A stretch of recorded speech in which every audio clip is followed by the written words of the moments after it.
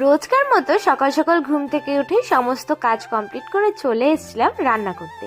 আর আজকে অনেক রকম সবজি নিয়ে এসেছিল, তার সাথে মাশরুম নিয়ে এসেছিল, আর এদিকে আমার প্রিয় জিনিস নিয়ে এসেছিল লাল শাক, যেটা আমি তাড়াতাড়ি করে বেছে কেটে ধুয়ে রান্না করতে শুরু করে দিয়েছি। আর এক পাশে পাবদা মাছ ভাজছিলাম, আর ওই ভাজ থেকে তেল ছিটে এসে আমার ঠোঁটে লেগেছে।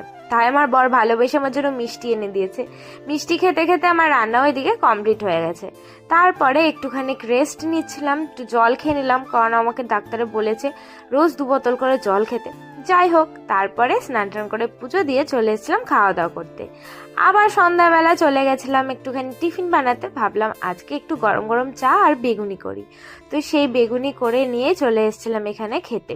বর তো খেয়ে ভীষণ প্রশংসা করেছে, আর গরম গরম চায়ের সাথে এরকম চপ কিন্তু বেশ ভালোই লাগে, তাই না? তারপর আবার রাত্রেবেলা নিয়ে এসেছিল ফুচকা। তো আজকে সারাদিনটা এইভাবেই